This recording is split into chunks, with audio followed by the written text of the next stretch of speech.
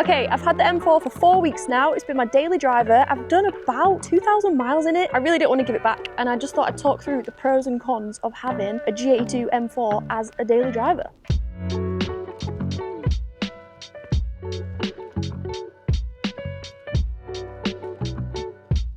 First off, looks. I absolutely love how this car looks.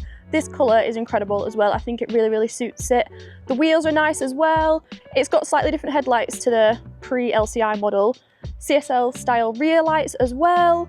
Apart from that, it's got a few interior tweaks and a little bit more power. I did opt for the one with the carbon bucket seats just because I feel like if you're going for an M car, you have to go big. And I don't think they're that uncomfortable, obviously compared to the comfort seats. They're not as soft. But we've driven to Goodwood and back from Yorkshire in them and I was not uncomfortable. Okay, so someone did ask me if I thought it was too much of a stiff ride for a daily driver, but I haven't personally found it too uncomfortable. I think it's pretty smooth. You don't really notice bumps in the road. The height is really nice. You clear most speed bumps. I haven't caught on any speed bump or felt like I'm gonna catch. So as a day-to-day car, I feel like this height is really nice and it doesn't look too stupidly high. But yeah, I don't think it's too bad day-to-day, but my daily driver is a F56 Mini Cooper S, which is a pretty stiff, bumpy ride. So this probably just feel more comfortable than that. Fuel consumption wise, it's doing about 22 miles per gallon, but that's a mixed bag of driving. I think if you did drive it steady, you could get a bit better out of it, but that's not really why you buy an M car, is it? So let me take you inside. Let's have a look inside. Here are the beautiful carbon bucket seats. Let me just fold that forward for you to appreciate the carbon fibre in all its glory. It is beautiful. They are a little bit more awkward to get in and out of than the comfort seats would be, but I think it's worth it. And the LCI model comes with the flat bottom steering wheel with the red detail at the top there, which I think is really nice. And the operating system has had a bit of an upgrade. I think it's really easy to use.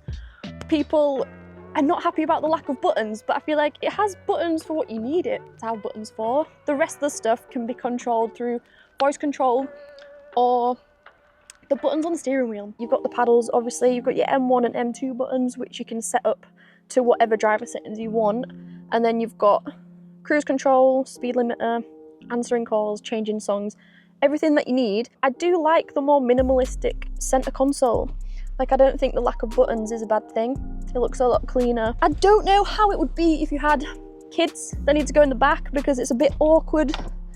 Maybe with the comfort seats, you'd do okay, but obviously there's good room in there. I would say if you're a passenger, you'd be fine. Boot space is fine as well. It's currently full of random rubbish. Let's see what's in there, probably camera stuff. Fairly decent boot size, I would say. Could fit everything in there. Camera bag, skateboard. This is the X-Drive, so it's the four-wheel drive system, but you can switch that off and just go fully rear-wheel drive if you want to. What I would say about this car is it's really intuitive to what you tell it you want to do. So if you're just driving around day to day and you're just barely touching the accelerator, it will just happily cruise. But the minute you give that accelerator a little bit more of a blip, it'll just go. It's like ready and waiting. Even if you just sat in the comfort mode and you don't have Sport Plus or Sport or anything, and you do decide that you need to put your foot down, it's just ready to go. A lot of people say that the modern stuff take away from the driving experience, but with this car I just don't think that's the case. It just enhances it. I think it sounds incredible. A lot of the newer stuff can sound a little bit muted, but I think stock exhaust does sound really nice.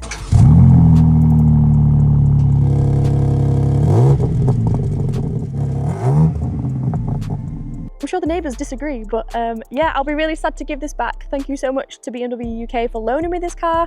It's been incredible. I've really enjoyed putting some miles on it. We went to Goodwood Revival in it. We've been all over. We've just been enjoying the M4 life. So it's back to the Mini for me. But yeah, if you have any questions, feel free to drop a comment below and I will try and answer it for you. But yeah, let me know what you think of this beautiful Isle of Man green G82 M4. Bye guys.